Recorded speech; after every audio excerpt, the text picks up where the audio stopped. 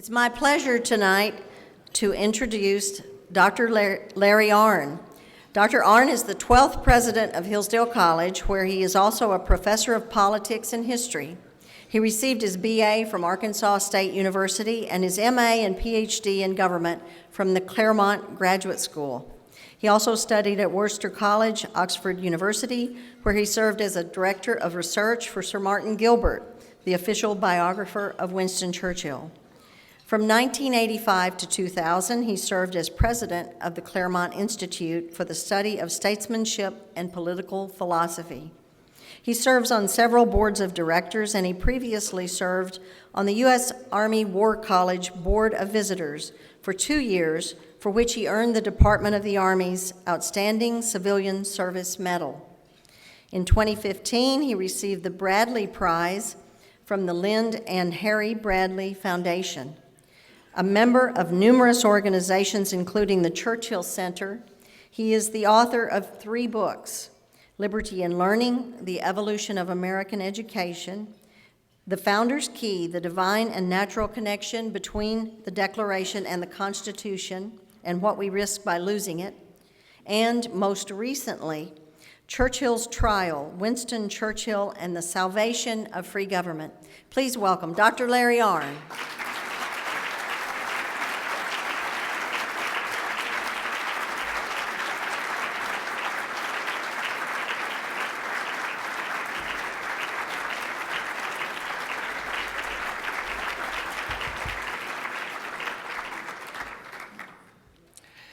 Thank you, dear Anita, the brains of the Folsom outfit.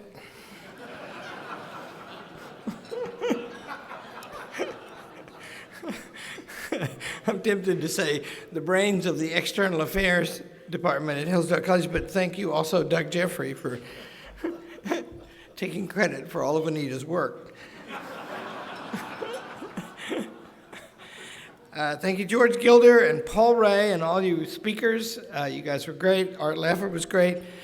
I confess I didn't see anybody but Art Laffer, and the reason is 2 of my faculty members got married last night to each other, and it's very sweet, and I'm an old man now, and I hired them both, and I'm watching their careers go, and they're actually opposites. And you think I mean that one of them is a man and one of them is a woman.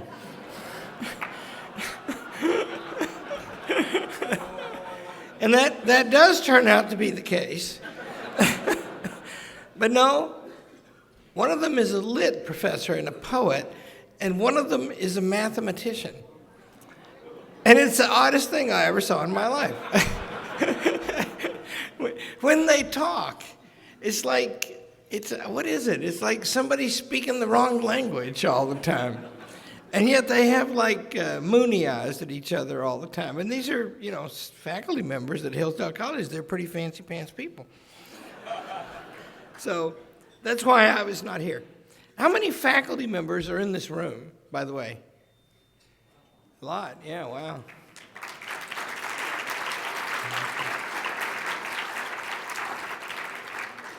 Are you any good? I'm a judge of that, That's who I work with. I like faculty members. And if I don't, I kill them. Okay. So Doug Jeffrey or Anita or somebody has assigned me the topic, property rights and religious liberty. And so I'm going to say 4 things. One is why Christians might and often do think that property rights and commerce is unchristian. Going along with that, why a lot of people think that if you just protected property rights, that would be enough. The second is both of those people are wrong. And the third one is what James Madison thought about that, and the fourth one is what Winston Churchill thought about that. So I'll say those things. First of all, why would you think that? C.S. Lewis, whom I admire very greatly, in Mere Christianity says at one point that he's illustrating this point. He's illustrating the point that if you follow the New Testament and the teachings of Jesus, you'll get a description of a life that none of us would like. Liberal people, I don't think he uses liberal and conservative, but liberal people, he says, might not like how straight-laced it was about sexual matters. Thank God we've arrived at the straight-laced age about sexual matters today. He said, but conservative people might not like how sort of socialistic or left it was on economic matters. And read Pope Francis, right? What does he say? Commerce seems different than praying, doesn't it? It's grubbing, and we're after our self-interest. And it might even be seen as the difference between charity and exploitation, and many do see it that way, of course. Karl Marx, you're all readers of Karl Marx, of course, and certainly I am. He defends Christianity some. He's famously atheist, I know, and militant against it, but has not Christianity declaimed against private property, against marriage? I guess he means the Apostle Paul, against the state? Has it not preached in the place of these charity and poverty, celibacy and mortification of the flesh, monastic life and mother church? Christian socialism is but the holy water with which the priest consecrates the heart burnings of the aristocrat. You see what he's saying? He likes the spirit of it some, right? This otherworldliness, this don't look after yourself, look beyond yourself, right? So there have been, in history, lots of Christian people. I've just spent the last few months in the unfortunate trial of reading about the founding of the Labour Party in Britain. Churchill hated it and said a lot of things about it, so I thought I'd better have to go read them and see if what he said was true or not. And, a big strain of the founding of socialism in Britain was Christianity. And there were two kinds of the strain, one sounder than the other, I think. One was, Jesus says, take care of the poor. Better go do that. This is the way. The other one says, the important thing about Jesus is he came down to earth. Heaven is here now. We're supposed to build heaven here on earth. We can do that now. And this is the way. Let's be socialist. Lots of Quakers in particular, a couple of books assert, I found some myself, who thought that. So it doesn't matter that the socialists were by and large atheists. Lots of Christians took up with them, and there was some purpose to it. It's a strain today, although if you'd looked 10 years ago, you would have said the heart of the leftward movement in the American government is a claim against property. The claim goes this way. The divisions among us are so deep, and that's because we don't come out the same. And if we don't come out the same in one generation, we won't come out the same in the next. And so we've got to do something about that, and at the core of the issue is property. And so we should protect property rights, and the others will be fine. Lots of people thought that, too. That's the second bunch I talked about, right? Some Christian people thought, why do we have to support all this money grubbing? And some other people thought, if we could just do something about property, we could leave the rest of it alone. That's the strain, big time. The progressives in America, Woodrow Wilson and people like that, they were very much of that view. Get the money right. Now, I'll tell you why that's foolish. The formidable people who've been enemies of the right to property are formidable precisely because they understand better than that. What do they understand? They understand that we are this odd integrity of soul and body. And they have this idea. Most of the best of them, Marx, for example, is clear-sighted about this. If you like the way the human being is organized, then you're going to have to protect it all. And if you don't like it, you're going to have to change it all. Marx said,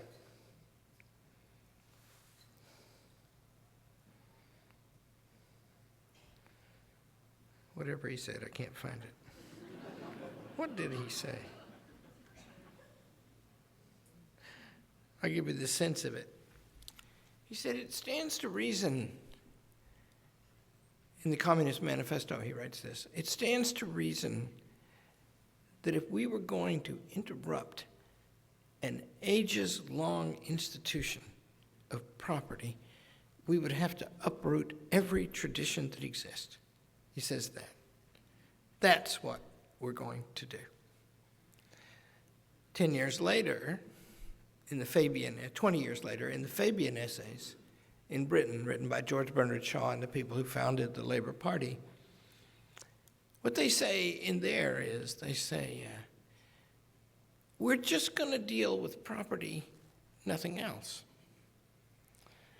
It's not about sex, it's not about family, it's not about religion, it's just about this one thing.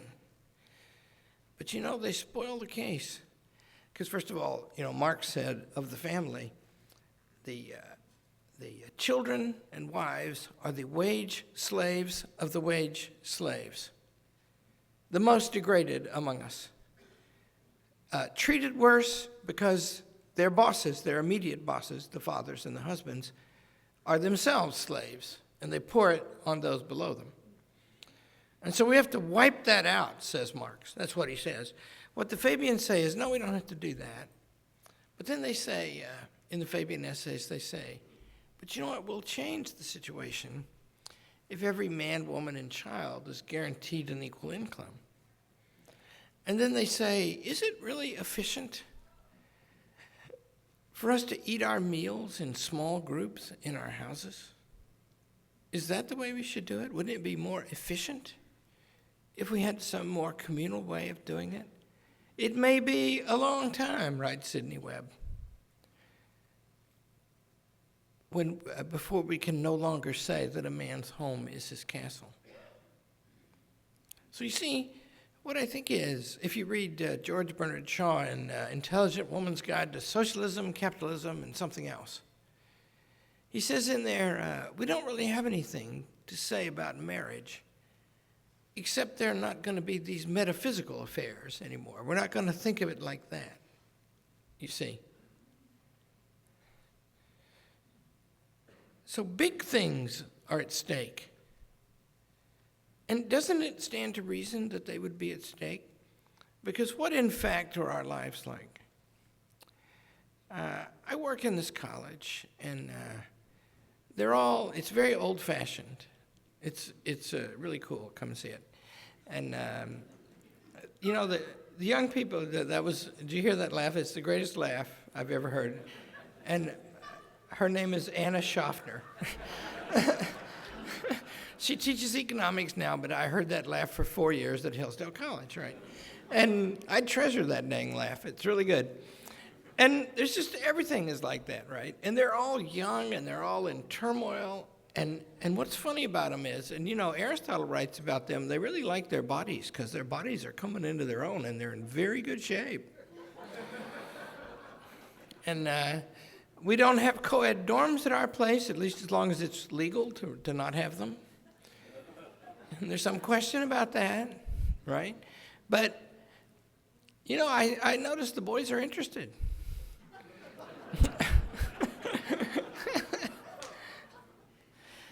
And then they're 18, and that's an age. And they would say to me, we used to argue, we have an honor code now, so we don't argue about much anymore. They've all agreed before they come. And among the young, that's just dispositive, see? Because they're just at that age when they need to start making their own decisions. So you can't put rules on them. You just have to make them adopt yours before they come. It really does work, and it works even better if you tell them, if I were you, I wouldn't sign this thing, because this is hell, and you're not really going to like it, And they just queue up to sign the honor code, right? Because it's a big exercise of their independence and their growing up. And then they vindicate it like crazy. But back before we had that, they would sit and say things like, Dr. Arnn, what does it matter to you what we do when we go to bed at night? Sometimes they put it in the hostile way. They'd say, what gives you the right to say, and I would say, well, nothing. It's just that there are 2,700 colleges in America, and you pick this one. And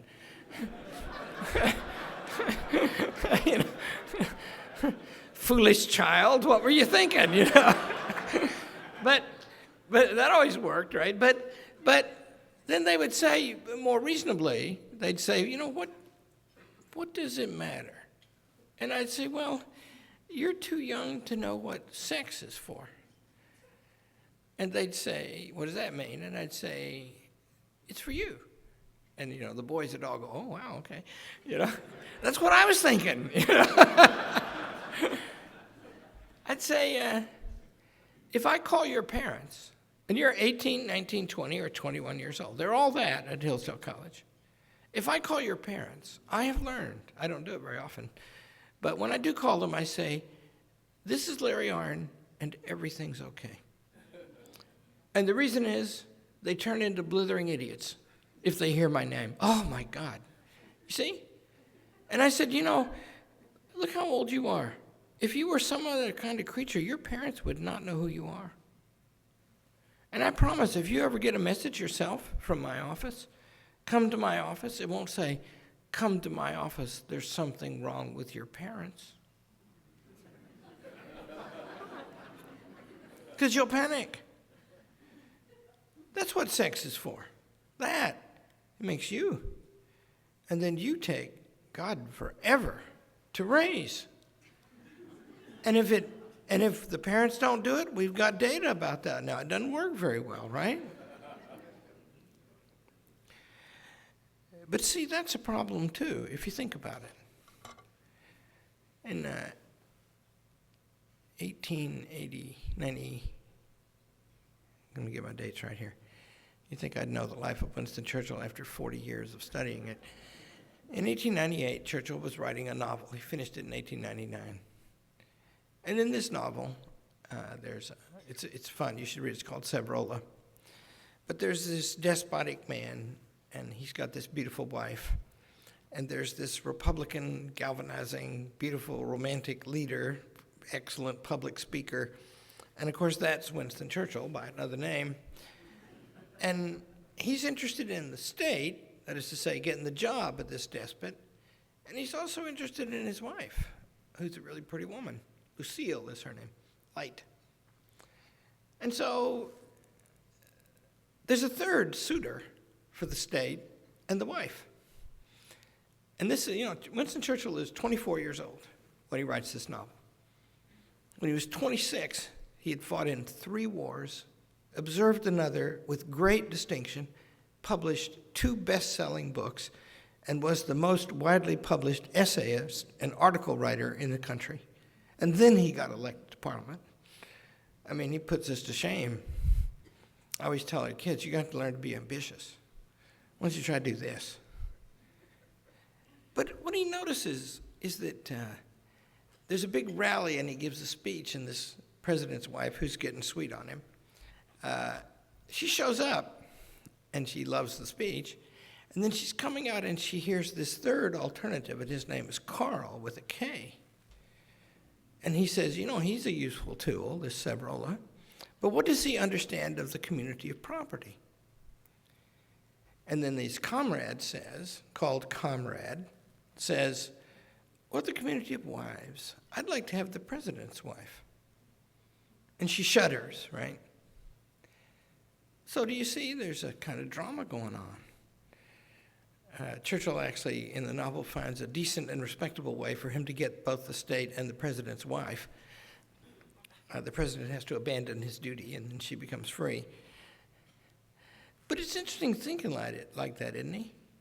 And then in his speeches in the first decade of the 19th century, he's always saying, we live in this bad age where the family has become questionable. Why would it? Why is it questionable in Marx? Don't you see how unfair it is? It's all wrong. Because anybody here have rich fathers and mothers? If you did, you wouldn't say this is America. But I was well-born, extremely well-born. Because, my wife is born into an old family. They have a lineage that goes back a long way. And they know the lineage, and they've been in the same part of England forever and ever. And I just love that. And I even love it that, she's going to kill me for saying this, but it's the gospel, I'm telling you. Lady Godiva is in her ancestry. and my wife is such a sweet and naive woman that she told me the story one time and assured me that she had ridden through the town in that condition to protest the treatment of her husband of the villagers. And the villagers, and this is the part that's a little hard to believe, so respected her for doing that that they didn't look. I said, well, I don't know these particular villagers, but you see, but I'm a mongrel. And on the other hand, my dad went to college, first in his line, and he loved to read books, and he was a school teacher. And there was always somebody to read to me and encourage me to read, and there was always books around to read, and there's always opinions about those books. And that's such a blessing, and not everybody gets that. It's not fair, is it? Secretary of Education the other day, just before he retired, so it's a couple of months now, he said that there's so many broken homes in the inner city, of course subsidized by government policy, that we're going to have to think about building dormitories to raise them in. And think about what that means for the liberal state. You see the problem we're in? If you commit yourself to an engineering project to make everything equal, what the Fabians think is the same thing the progressives think, by the way. They think that the economy will become infinitely more productive or massively more productive because we won't be thinking about competing with each other so much anymore, and our real creative talents will be liberated. They go on about that line after line after line, And what about all the irrationality and duplication? Whereas if we could just plan it on a scientific basis. And you see the argument for that? It's the same thing with John Dewey and all of those guys, right? The argument for that is science has revealed to us something. First of all, the natural sciences. Bill Ballberg is telling George Gilder about how to frack down there today. And I don't mean anything dirty by that expression, right? And he knows how to do it, and it's really cool that we can do it. And we got a lot more stuff than we used to have. We got plenty of it, actually. And we might not even need it anymore because other things are getting cheaper, too. So it's a marvel, right? Science has done that, and science has done that. And George Gilder writes books about that, right? And so in the late 19th century, they noticed that science is doing all that. It can exercise massive power over nature, and so why don't we then just take the techniques and attitudes of science and apply them to the governance of human beings? And then we can put everything right. We can stop this conflict over inequality. That's the plan.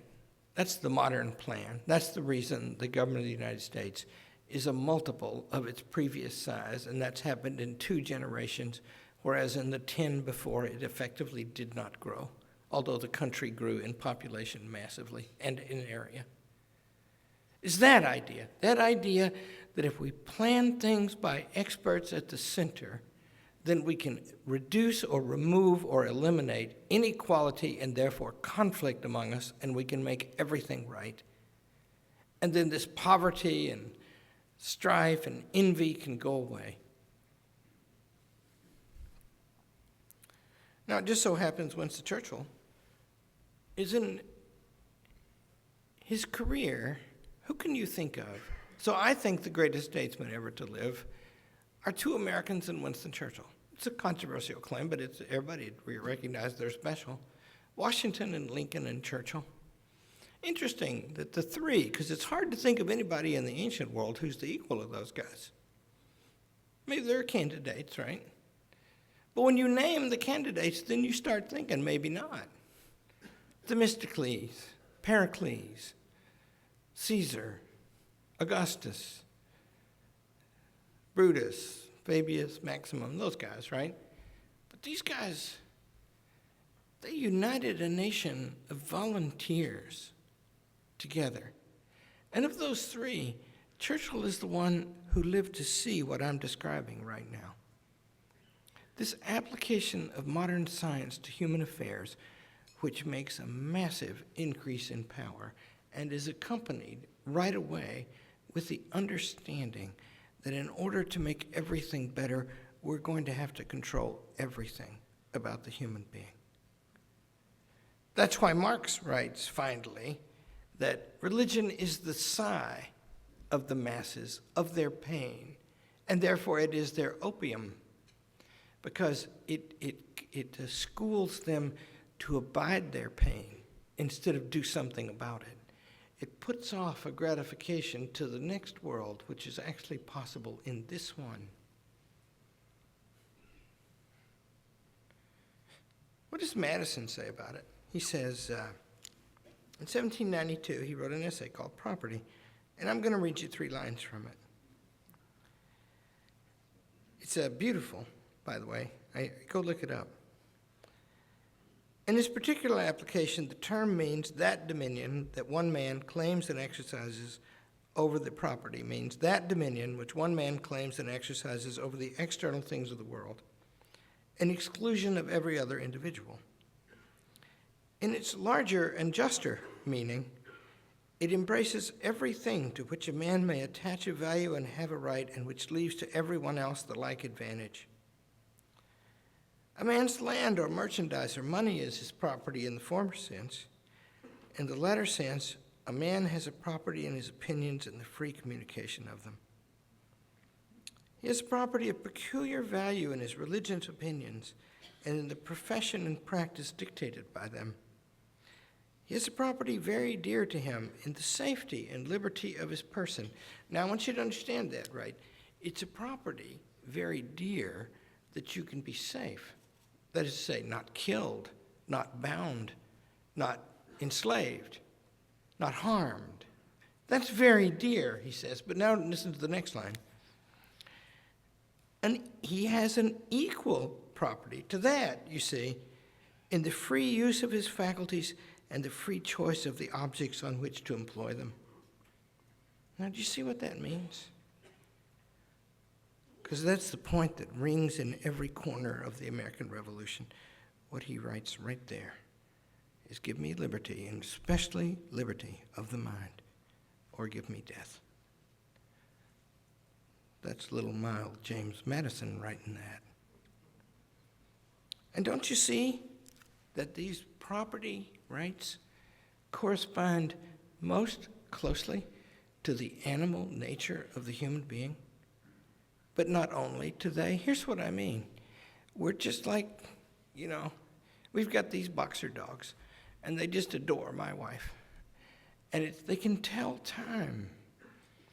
Because when it's 4:30, they know it's time for them to pretend it's 5 o'clock.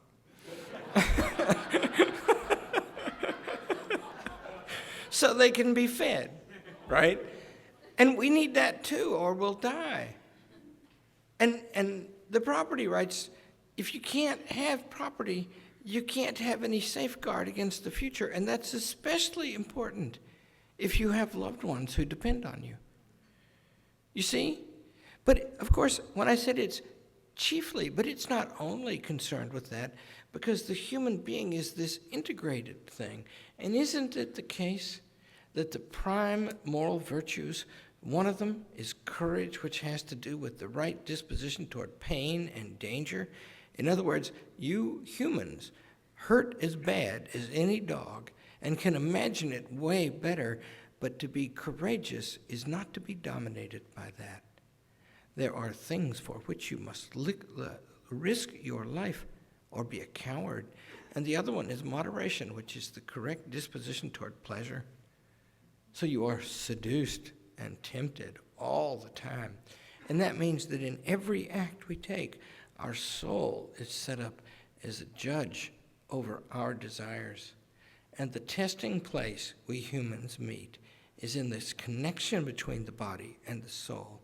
And we are good or we are not good, and therefore we are happy or we are unhappy by how we regulate that. And to take away the right to our property is to deprive us of the ground upon which we exercise our humanity. But then the other thing is exactly the same thing. Do you ever have a thought that moves you to cry? Lincoln said once, if I ever feel the soul within me expand and elevate to those dimensions that are not unworthy of its almighty architect. What a thought to put into words. If I ever get to thinking I'm just a little bit like God, and what a grand expansion and elevation that is. And that's something going on in his own noggin and his own soul. That's how we know the divine. That's how we can be responsible to the divine. That's the respect in which we are like the divine. And it is embedded in this body. And that means an attempt. Because see, if we respect these rights under nature, as Madison said, it would be better to die than to permit anyone to fail to respect them all. If we are to respect them, we're going to get tragedy. Of course we are. We're here on this earth. Art Laffer, whom I've known him as long as I've known George Gilder, and that's a long time. And I love them both because they're the same people as when I first met them. I'm an old man now, they're not. And I looked up to them, you know. And Art is exactly the way he was in the 1980s when I saw him debate a bunch of guys and met him after, early 1980s. But, you know, he said some stuff today that's just like him and a little bit silly because exaggerated. Because what he said it was touching what he said about his family, right? And, you know, Penny and I have a son-in-law now. And we know he's okay. You can know he's okay because he's living still. and Art said, I'm ready to go, right? But, of course, he's not a bit ready to go. Why? Because they're giving him grandchildren and whatever love he has for them. And, you know, he can teach them economics. And some of them are only going to know the reputation of the famous man they never met, and he's going to be sad about that. What if you could make that go away? What if you could perfect that? Because don't you understand that tragedy that I just named is not known to any creature on earth except us? Because dogs don't know it. We put them down. You know, we have our 7th and 8th boxers right now, and that means there's 6 of them that we had to put down, and we're devastated by it. But they're not, because they don't know it's coming, right? God made them like that. And he made them wonderful things and worthy things, and of course we spoil them worse than we spoiled our children, which is saying something. But they're not like us. And how are we able to do that, to suffer that tragedy? Except that we have immortal souls in mortal bodies, and the rights of each are what make up the human being. And we live in an age where they're trying to get rid of that. Churchill was afraid of war because he saw this battle. He fought in the Sudan against the great-grandfather of the current ruler of the North Sudan, who was the founder of what was probably the first Islamic republic. And Churchill didn't like those guys at all. You should read the book he wrote about it. It's beautiful. The River War. Amazingly mature. And he says in there, however, the way we killed them with machine guns and artillery from a distance. And they couldn't. It seemed cruel and unfair to strike them so hard when they could not hurt us at all. And then he said, courage won't matter as much on a battlefield anymore as it used to. It used to be the bravest ones tended to win. Now it's the one with the weapons, with the tools. And so tool making is everything. He had all of those thoughts before he was 27 years old and wrote them down and never forgot them and developed them the rest of his life. But he thought the same thing was going on in peace. He thought that just like we've transformed our ability to kill each other, we are transforming our ability to despotize each other. His contemporary C.S. Lewis wrote in Mere Christianity and said it on the radio during the Second World War, and either what Lewis said on the radio at that time or what Churchill said in his speeches were for decades the most popular thing ever to be on the British radio, and they were contemporary statements.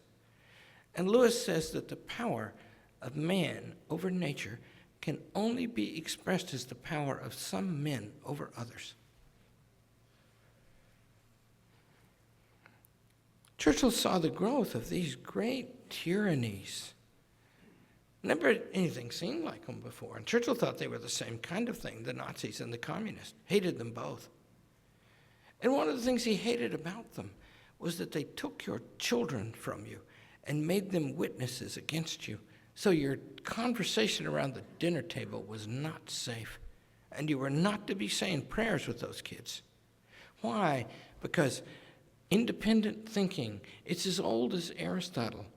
Tyranny is hard to make live because people don't like it. It's not stable. And so how can it be made to live? Read the 5th book of the Politics. Because what he says in there is this. He says, all they do is they war down every excellence in the society. Especially they obstruct friendship among the most excellent people. Because if they can degrade everybody, they'll put up with anything. And what's going on? Go watch the movie or better read the book, 1984. And what is their target? It's not just the property. It's all of the qualities that make up the full integrated human being. Churchill says that the Bolsheviks have perfected a kind of government that is not exactly like the honeybee, because it can't produce any honey. They are governing their people like white ants, like insects. But he also said, that's only an extreme form of something that's growing up in the West. In 1945, after the election, after the war, when he was the greatest living man, he says, the Socialist Party, and he's referring now to the people who were in coalition government with him, after they won that war, right? And some of them were war heroes from the First World War. He said they would never realize their ultimate aims. And I understand they do not intend this, but still it is true. They could not realize their ultimate aims without the use of a secret police. Yes, I mean a Gestapo. Because see, if you really were going to make people equal as regards results, how will you do that? You're going to have to raise them all the same. In 1931, the year that Brave New World was published, although we know, because of a letter to his wife, he did not read that book until 1958. Churchill says that in an essay called 50 Years Hence, he says, you could see how we're going to get to a place where we can carry out the whole cycle of human reproduction in a laboratory. And if we do that, then we won't just make some of them excellent, we might want to make some of them suited better just to be workers. So you see this idea of equality. What's it going to give rise to? Some are going to dominate others. In April, in the Wall Street Journal, 2 Nobel Prize-winning biologists called for a moratorium on the alteration of germline DNA because we can do it now. And we can remove some dirt, and that's the part of DNA we all get, makes us, the basic human information. And we can eliminate some birth defects, but maybe we could also make some improvements too. But once we do that, then the human being is an artifact of the human being. I'll read you this. In 50 years hence, Churchill says, I read a book the other day which traced the history of mankind from the birth of the solar system to its extinction. There were 15 or 16 races of men, which in succession rose and fell over periods measured by tens of millions of years. Think how long they're living. In the end, a race of being was evolved which had mastered nature. A state was created whose citizens lived as long as they chose, enjoyed pleasures and sympathies incomparably wider than our own, navigated the interplanetary spaces, could recall the panorama of the past and foresee the future. So you see, he's imagining a utopia created by science. But listen to this passage, which I think might be the most important he wrote in his life. What was the good of all that to them? What more did they know than we know about the answers to the simple questions which man has asked since the earliest dawn of reason? Why are we here? What is the purpose of life? Whither are we going? No material progress, even though it takes shapes we cannot now conceive, or however it may expand the faculties of man, can bring comfort to his soul. It is this fact, more wonderful than any that science can reveal, which gives the best hope that all will be well. 9 years later, Churchill would be prime minister of the country, and he would have a proposal for a peace conference in front of him from Mussolini to settle the war. And at that moment, Britain was alone and had 8 or 10 divisions, and Germany had 300. And they were threatened to come across and take the whole country, my wife's land. And he's got that fearsome prospect in front of him, and he did something just awesome to stop that from happening, and took responsibility for that. And his argument right the way through was, we are going to beat this man. And when we have done that, we are going to kill him. And that's what he did. And it looked hopeless, and you wondered to yourself, where would he get the faith for that? Why would he think that? I can tell you, he hated and feared war all his life. He was the last guy living to make a speech about fighting to the death. What made him think it was a good idea here? It was because he was possessed of the knowledge of the nature of the human being, that we are made in God's image to confront the eternal questions from inside a mortal body, and our rights to our property and our rights to our religion are just two aspects of the two things that integrate to make the whole a human being. And Churchill thought that that was a thing produced by nature and God, and that no man, not even Adolf Hitler, could ever efface that. And he fought for that. And I think we're going to have to fight for that too. Thank you.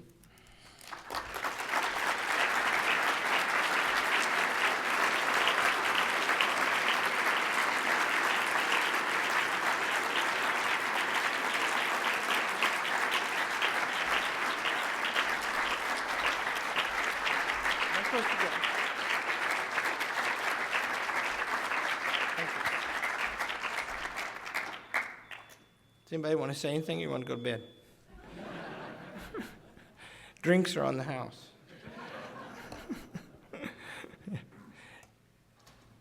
There's somebody.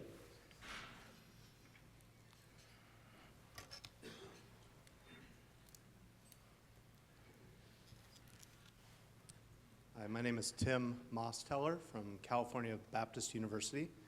Since you quoted C.S. Lewis from The Abolition of Man, I'm wondering what you think in terms of solutions that C.S. Lewis offered, especially from his book, That Hideous Strength. It seemed the solutions weren't particularly this worldly. I was wondering if you could comment on that, or are we simply waiting for another Churchill?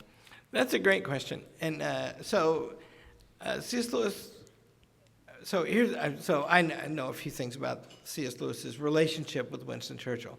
Churchill offered him a companionship of the British Empire, and Lewis turned it down in a very charming letter. Lewis also wrote of Churchill that he called him a great statesman, and hadn't you noticed that he looked like a frog? And at the time I first read that, I'd never believed that Churchill did look like a frog, but I've seen several pictures of him now that I understand he did look like a frog.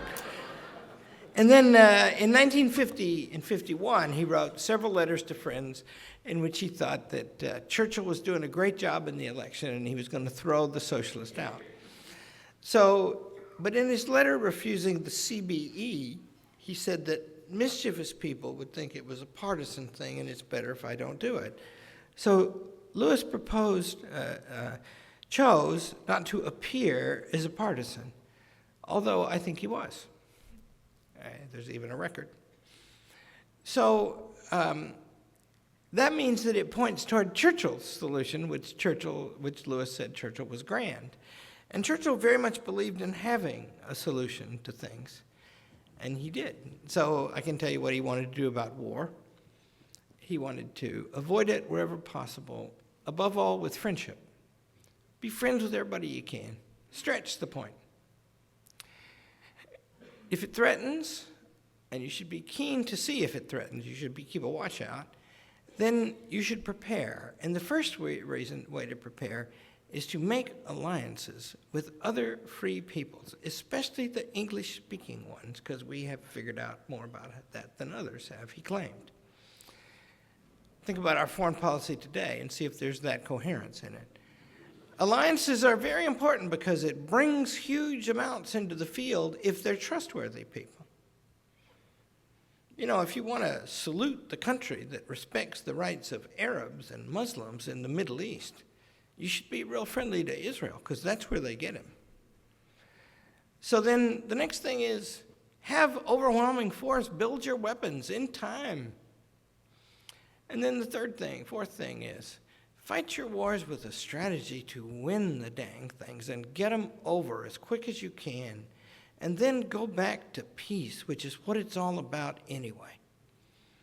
So that's war. What about peace?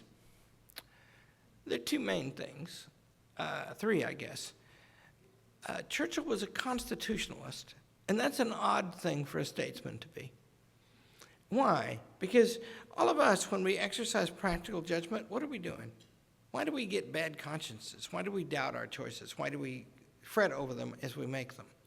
Because we're confronted with something, and we have some necessity, but we've got this other thing outside, this conscience that's talking to us about it.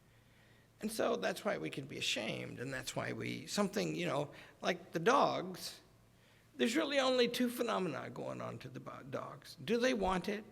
And will I beat them if they get it? Right? And, I hardly ever beat them, so gosh, they get what they want. But you see, whereas us, we've got this other thing. Well, the classics teach us that statesmen are people who are extremely good at that kind of reasoning and even lethal about it. So that's one kind of thing. But what are constitutions? They're big, grand rules written a long time ago, before these circumstances even arose. And so it's an odd pairing, isn't it? So I will just tell you from long study, think of the great world statesmen in Winston Churchill's time, and you will find one who was a friend of constitutionalism, and the rest of them cheaply repudiated it or at least sought to weaken it. So Churchill was for that. Make up some big rules that divide, grant, and limit power, and follow them.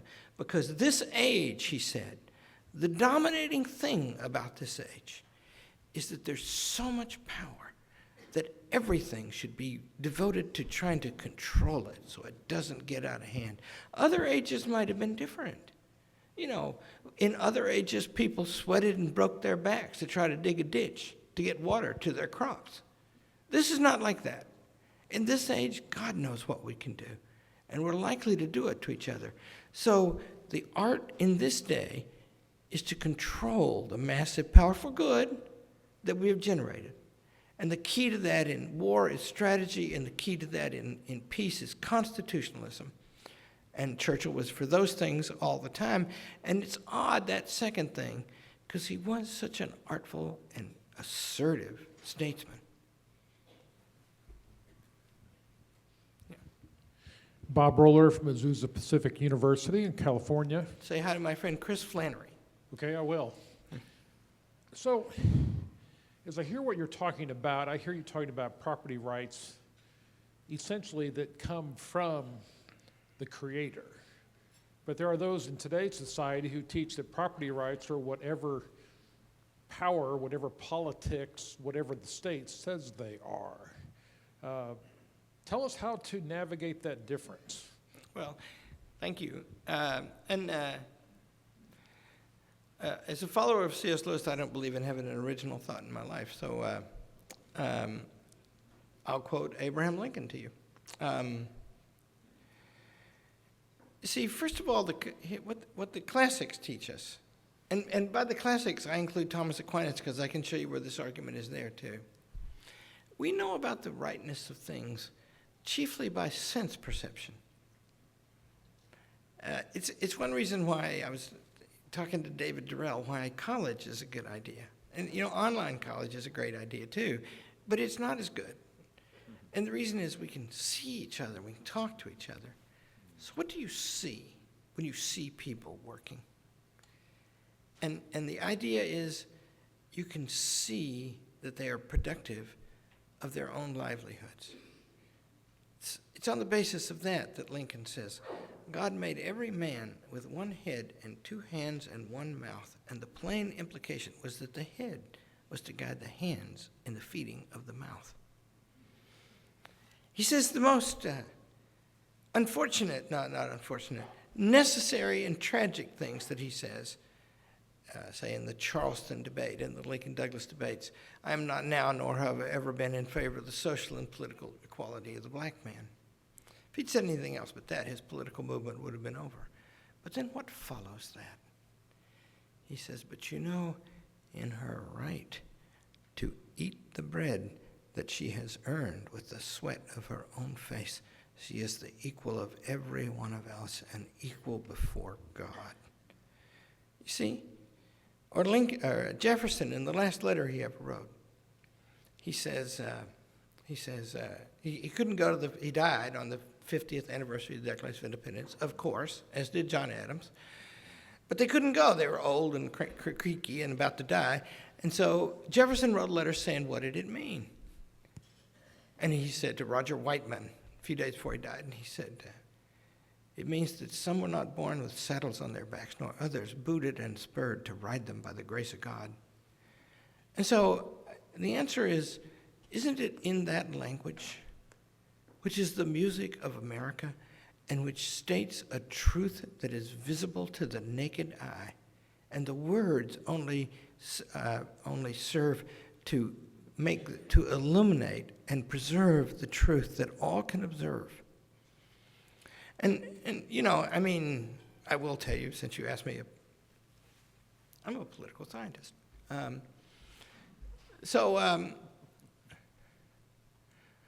What they might do, anybody who wanted to reform the government of the United States so it would protect our rights, which I think it does not do today, they might talk about the particular people and structures that allocate the right, they call it the right, to do things today. Our college is 171 years old. And I, assert to you, you can come and you guys are judges, it's good. It's a very good college. And it's hard. And its goodness is measured in one thing, in the deep, dark circles under their eyes at the end of every term, right? They're all laughing, right? And the reason is, that ain't funny. We mean it. You see? It's 171 years old. And the Department of Education was started in 1979. And they left us off that stupid scorecard the other day. And it's just dog stupid, the whole thing. But then they say that we're not. We're only certificate granting institutions. And they didn't. I think they looked up Hillsdale in the federal database and found the Hillsdale Beauty College. I mean that. I think that might have happened. But the point is, that's ugly, right? That way of rule. And we should call it that. Because people are still people. Those who work in the government and us regulated by it. And if you just take an opinion poll about who likes that kind of government, you can't find 30% that'll say they like it. I'd talk about that more if it were me. Any more? Yeah. I'm Tim Barnett from Jacksonville State University. In the Federalist Papers, James Madison argues repeatedly that the public good is the end or goal of the rule of law. Do you believe that liberty and property function as a hybrid surrogate for the public good? Ooh, that's a good question.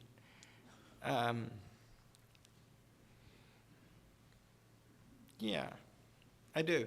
And I'll make an argument for it. The first answer is I don't know. But let me make my second argument. So in the 10th Federalist, Madison introduced, that's the one that's all about faction, and it's supposed to show that the government is all just about a big mechanism, setting us off against each other. The worst things about us at odds with each other will produce, unbeknownst to ourselves, some good. That's the way the argument is caricatured. But that's not what it says. What it says is that these bad things are there, and to the extent that they can be made to cancel one another out, then the government will be liberated to serve what he calls the permanent and aggregate interest of the society. Right? Permanent and aggregate. That's all of us, right? But if it's an aggregation, it is all of us, but it also includes each of us. And in that paragraph where he says that for the first time in the Federalist, and I think that may be the first time that that phrase is used in political literature. When he says that in that place, he says a few sentences later that the chief object of government is to protect the unequal rights that we have of acquiring property. So I think that makes the argument that yes is the answer to your question. Do you agree with that? I'd have to reflect on that. So you don't know any more about it than I do. I bet you're a really good professor. Okay. Yes, sir. Thank you for that. Yes, sir. Bill Penn from Belhaven University.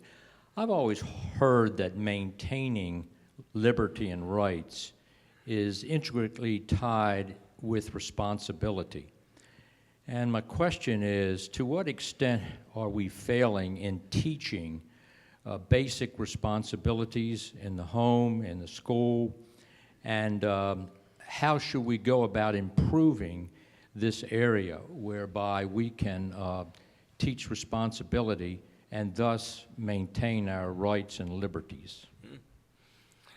So I'll say two things about that. One is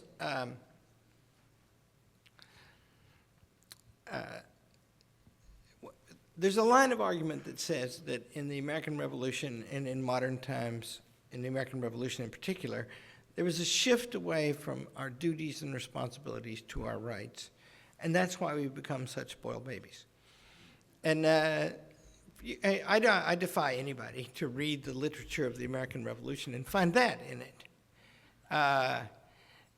George Washington, first inaugural address.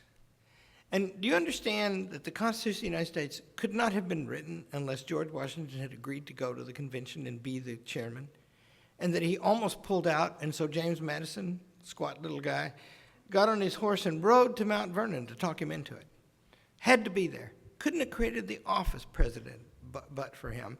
And the reason is he was morality walking. Awesome what kind of guy he was. So he says in his first inaugural address, where he did have a speechwriter, a young man by the name of James Madison, He says, our republic is founded in the great fact and the whole course and economy of nature, the indissoluble union between virtue and happiness.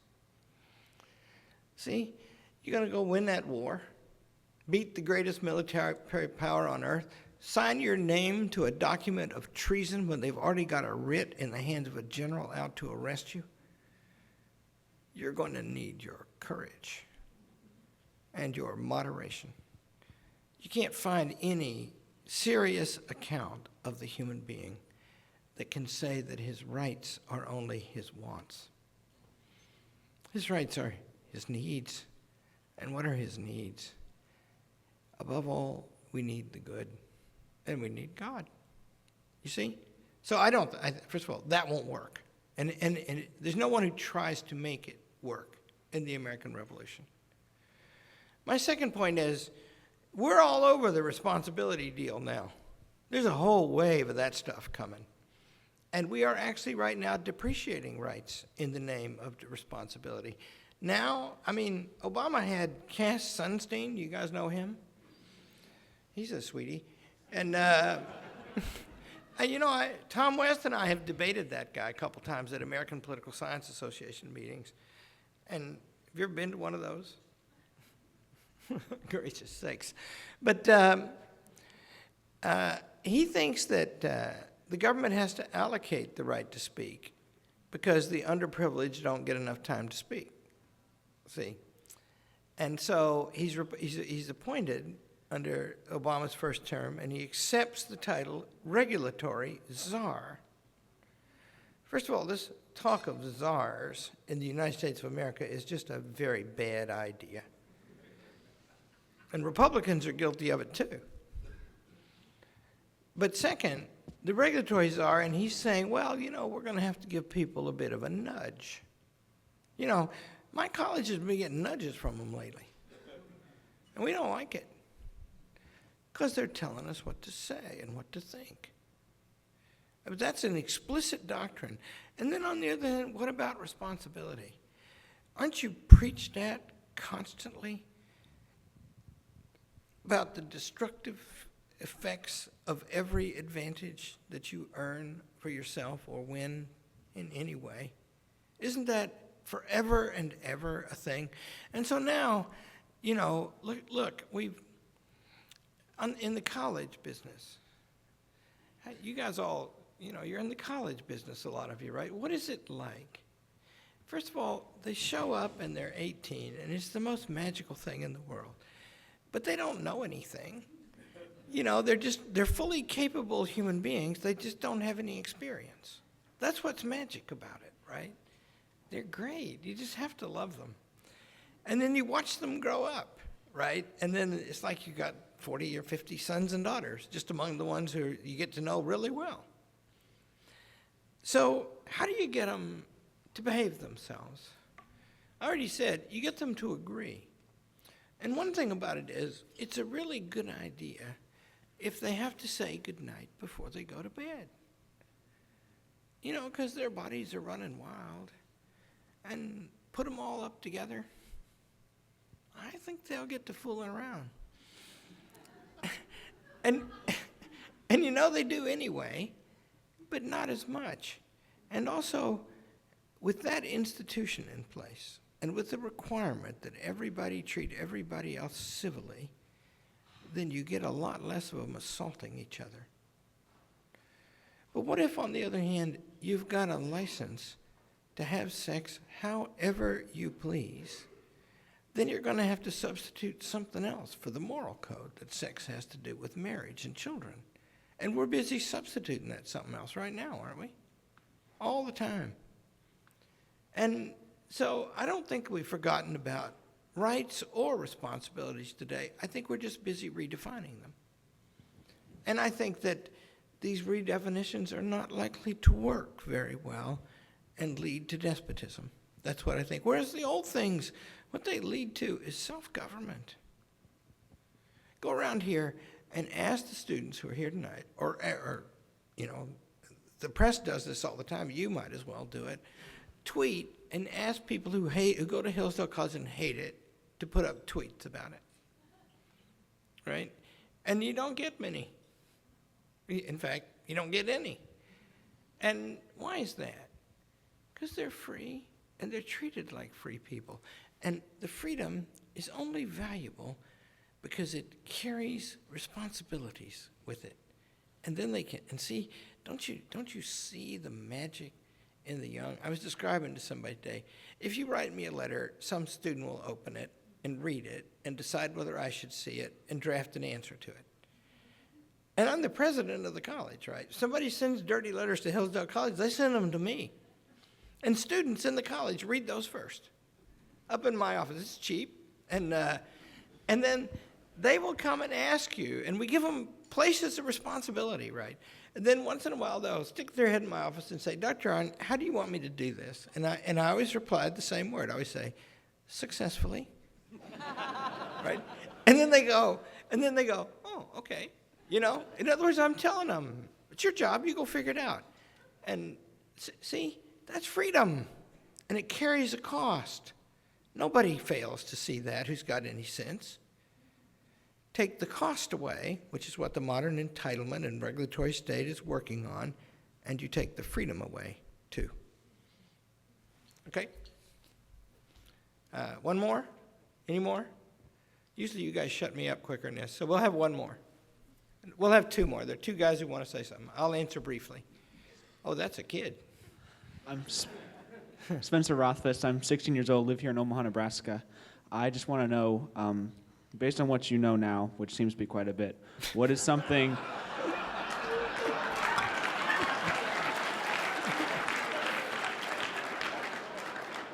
So, thank you, Spencer. I'll let you finish the question, but I just want to assert there are two things you should be aware of. One is I'm 63 years old, so I've had more time.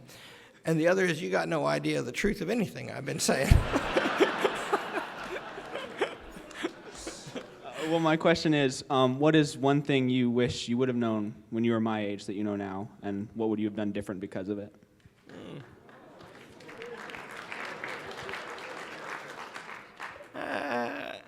I almost joined the military. Somebody in the military talked me out of it. I would have done it. If I had to do over, I'd do it.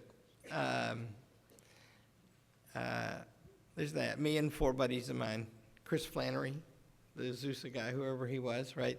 We went down to join the Navy and be in the reserves. And we all took the test, and, we're all a bunch of almost PhDs.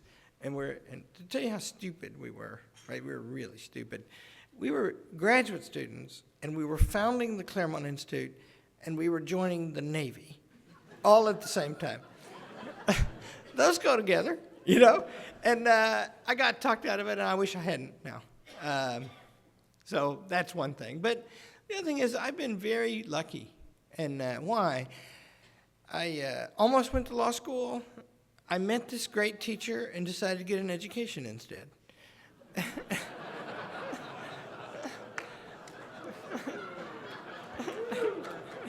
I